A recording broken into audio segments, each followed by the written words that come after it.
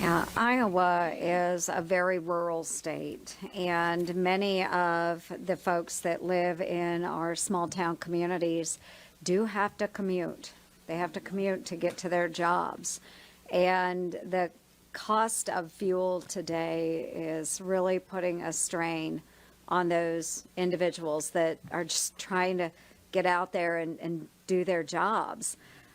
We have seen this all across the United States, but in Iowa in particular, we hit an all-time high this past week, the highest fuel has ever been in history in the state of Iowa, and our diesel fuel is even worse.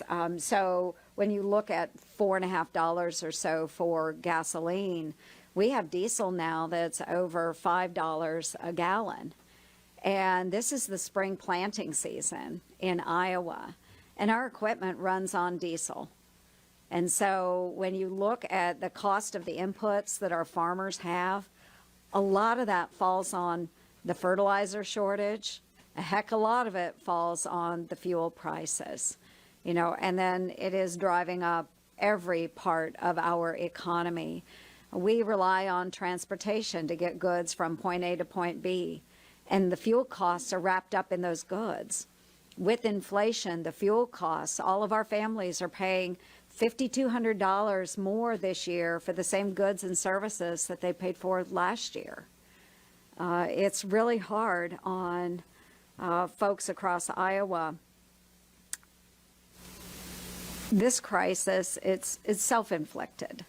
You've heard my colleagues talk about what we can do as a United States and what the administration should be doing.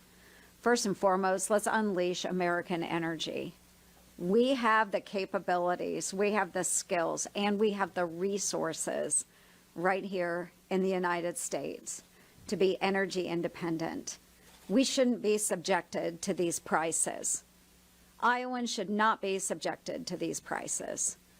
So I am encouraging the administration to get out there, rethink their dependence upon this deranged climate policy, really do the right thing for Americans, put Americans to work. Let's use our own natural resources here. So this hurt, it's going to keep going, and unless President Biden decides to do something different, and I pray that he does, because it is destroying our rural communities.